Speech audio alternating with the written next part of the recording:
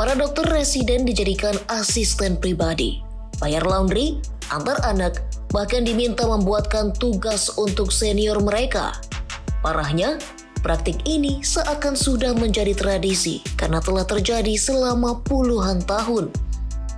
Kasus bullying di lingkungan program pendidikan dokter spesialis atau PPDS atau dokter residen tengah menjadi sorotan oleh Kementerian Kesehatan.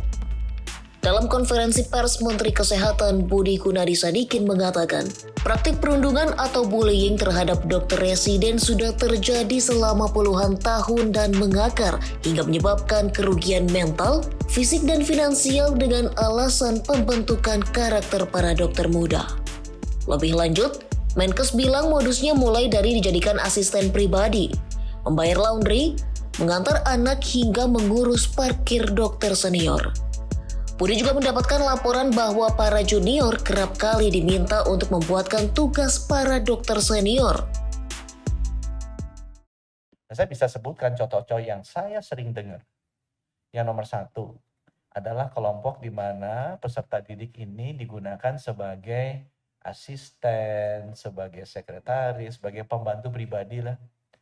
Suruh nganterin laundry, bayarin laundry, nganterin anak, ya kemudian ngurusin parkir, ambilin itu, ambilin sana gitu ya. Jadi asisten pribadi lah. Saya juga melihat bahwa peserta didik yang lebih ngeri ini dipakai untuk apa? Kayak pekerja pribadi. Yang paling sering itu nulis tugas. Ini biasanya dari kakak kelas senior nih. Atau juga nulis jurnal, nulis penelitian.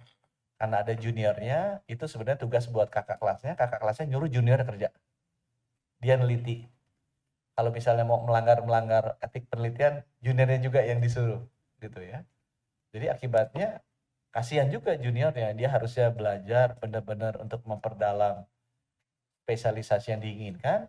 Jadi kemudian suruh ngerjain sebagai asisten pribadi, menyelesaikan tugas-tugas dari seniornya yang tidak ada hubungan dengan kespesialisasian dia kadang-kadang. Tak hanya itu, bahkan para dokter residen juga diminta untuk mengumpulkan uang puluhan hingga ratusan juta rupiah untuk keperluan dokter senior. Seperti misalnya membayar rumah kontrakan untuk dokter senior berkumpul dengan nilai mencapai 50 juta rupiah per tahun. Untuk itu, Budi ingin memutus praktek perundungan tersebut. Kemenkes kini telah mengeluarkan Instruksi Menteri Kesehatan nomor 1512 tahun 2023 terkait hal tersebut. Selain itu, Kemenkes juga menyediakan sarana pelaporan melalui situs web dan melalui nomor telepon.